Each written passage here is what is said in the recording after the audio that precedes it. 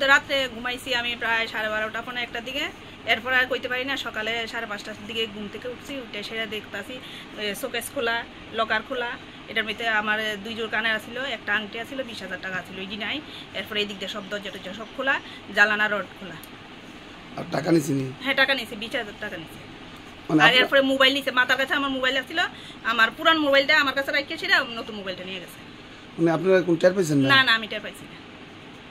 এই ভাঙচুরিছে সুকেস ভাঙছে না, আমার তো এটা লক করি না, এইভাবে বদ্ধ করি না। আপনারা কোন টের পাইছেন না আমি 1 ফুটও টের পাইছি। কোন দিক দিয়ে ঢুকছে কিছু কইতে পারেন না? এটাও কিছু কইতাম পারি না, কিন্তু সকালবেলা ঘুম থেকে উঠতে দেখি জ্বালানা রড খোলা, মানে ভাঙা ফেলাই দিছে আর কি। মানে কি আপনি কোন টের পাইছেন সকালবেলা ঘুরতে উঠছেন? হ্যাঁ আমি 5:30টার দিকে ঘুম থেকে উঠছি। আপনি আপনার পাশেই ঘটনাটা হয়েছিল? হ্যাঁ আমার পাশেই ঘটনাটা হয়েছে। ঘরে কি ছিল? আমি আর আমার ছেলে। আর কেউ ছিল না বাড়িতে? না না না বাড়িতে আছে, বাড়িতে অন্যরা আছে, অন্যরা ঘরে, আমি আমার ঘরে, আমি আর আমার ছেলে। মানে কি কি নিছে কইছে? আমার 2 জোড় কানের, একটা আংটি আর 20,000 টাকা আর মোবাইল। কি নাম আপনার? আমার নাম পিঙ্কি দেবনাথ। বাড়িটা কোন জায়গায় আপনার? বাড়ি উত্তর শালগড়া। এই ধরনের ঘটনা এলাকাতে হইছে না আর কোন সময়?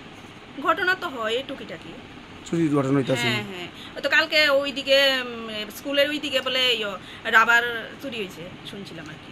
প্রতিনিয়ত হইতাছে? হ্যাঁ। পুলিশ আইছিল নি? হ্যাঁ পুলিশ আইছিল। কি কইছে কিছু কইছে নি? পুলিশ লেখে টেকে লইয়া গেছে।